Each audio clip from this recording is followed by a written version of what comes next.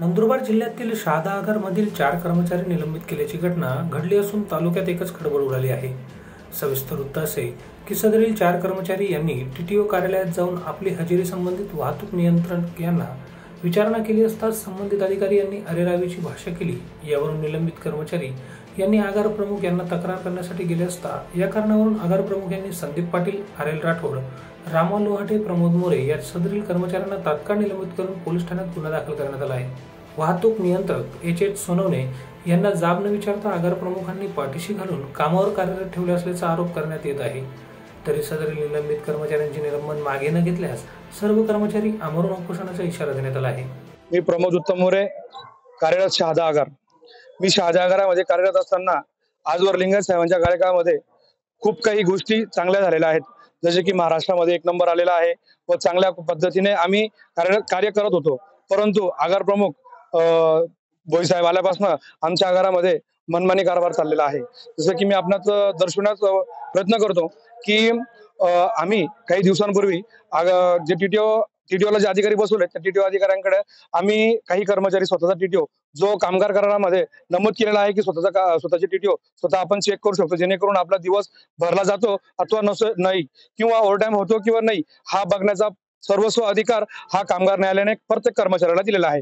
परंतु त्या कामगार न्यायालयाच्या निर्णयावरती स्वतःचा मनमानी कारभार चालवत असताना आमचे आगार प्रमुख डायरेक्ट सांगतात की टीटीओ चेक करण्याचा तुम्हाला आदेश नाहीये व तो आदेश तुम्ही पाळायचा, तो मी जे बोलेल ते तुम्हाला पाळावा लागेल। परंतु ह्या गोष्टीवरती आम्ही जे टीटीओ अधिकारी आहेत त्यांच्या बाबतीत आम्ही तक्रार नोंदवण्यासाठी प्रयत्न केला व आम्ही एक लेटर लिहिला की यांचा तात्काळ टेबल बदली करण्यात यावा असं आम्ही आगार प्रमुखांना लेखी स्वरूपात देण्यासाठी प्रयत्न केला। परंतु त्याच्या अगोदरच सोनवणे साहेब म्हणून हे आगारात आले आणि त्यांनी आम्हाला सर्व कर्मचाऱ्यांना कमरेच्या खाली ज्या शिव्या असतील त्या कमरेच्या खालच्या शिव्या दिल्या आणि त्यांनी आम्हाला सांगितलं की तुमच्याकडनं जे होईल ते तुम्ही उपटून घ्या, माझा कोणीच वाकडा करू शकत नाही, कारण की माझा बाप जो तो आगार प्रमुख आहे। एवढंच सांगत असताना त्यांनी इथंच ते थांबले नाही, परंतु आम्ही आगार प्रमुखांकडे गेलो। आगार प्रमुखांना सांगितलं की सर हा असा प्रकार घडतोय, तुम्ही आम्हाला न्याय द्यावा। असं आम्ही न्यायमूर्तींकडे गेलो, जे पालकत्व त्यांच्याकडे दिले ते पालकत्व त्यांच्याकडे देत असताना त्यांच्याकडे आम्ही पालक म्हणून त्यांच्याकडे आम्ही मुलं या नात्याने गेलो। पण अधिकाऱ्यांनी सांगितलं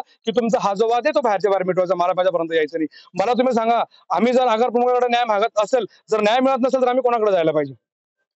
आणि हे कृत्य इथंच नाही थांबले, परंतु आगारामध्ये बरेचसे असे काही आहे की अवैध वाहतूक, त्यानंतर जे आगारामध्ये काही कर्मचाऱ्यांचे, फक्त काही मोजक्या कर्मचाऱ्यांचे 50 ते 60 कर्मचाऱ्यांचे अर्ज घेतले जातात, परंतु ते अर्ज गाळवतात। का गाळवतात ही अधिकाऱ्यांना तुम्ही विचारलं पाहिजे। परंतु आम्ही या गोष्टीचा कुठेतरी आळा बसला पाहिजे, प्रशासनाला त्या गोष्टीची मदत झाली पाहिजे, आपली एसटी सुरळीत चालली पाहिजे। या बाबतीत आम्ही अवैध वाहतुकीसाठी जर आम्ही प्रयत्न केला, परंतु आगार प्रमुखांना त्या गोष्टीचा आम्हाला असं वाटतं की त्या गोष्टीचा राग आला आहे आणि त्या रागामुळे पूर्ण आगाराला त्यांनी भेटीत धरून सर्व कर्मचाऱ्यांना सस्पेंड करण्याचा त्यांनी एक वेढा उचललेला आहे। त्या सस्पेंड यादीत मी तुम्हाला दाखवू इच्छितो। आता ही सस्पेंड यादी मला दिली, ही सस्पेंड यादी का दिली की मी जबाब लिहून दिला होता की हे कृत्य मी सक्षम उभं असताना हे कृत्य झालेलं आहे, शिवीगाळ सक्षम प्राधिकाऱ्यांनी केलेली आहे असा आम्ही जबाब लिहून दिला। पण असं मी कुठल्या न्यायालयात बघितलेलं नाही किंवा कुठल्या कामगार न्यायालयात बघितलेलं नाही की जो जबाब सक्षम सुनावणीच्या वेळेस असतो तो जबाब लिहून देतो, त्याला सस्पेंड का करण्यात येतं? आम्हाला सस्पेंड करण्यात आलं तर आम्ही 4 कर्मचारी आहोत की जे तुम्ही न्याय हक्कासाठी जर तुम्ही वाटचाल केली तर तुम्हाला सस्पेंड करण्यात येईल, असं आमच्या आगारामध्ये हुकुमशाही चाललेली आहे।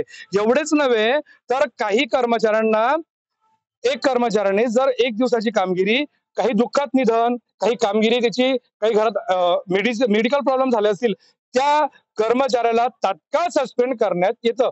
परंतु जे कर्मचारी 15-15 दिवस घरी असतात, घरी असल्यानंतर ते कर्मचारी इथे येतात, चिरेमिरी देऊन त्यांची रजा पास करतात, त्या लोकांवरती कुठलीच कारवाई होत नाही। असंच आम्ही जर हे चालत असेल की सस्पेंड, डिसमिस या गोष्टी जर होत असेल तर ह्या गोष्टीला कुठेतरी आळा बसला पाहिजे।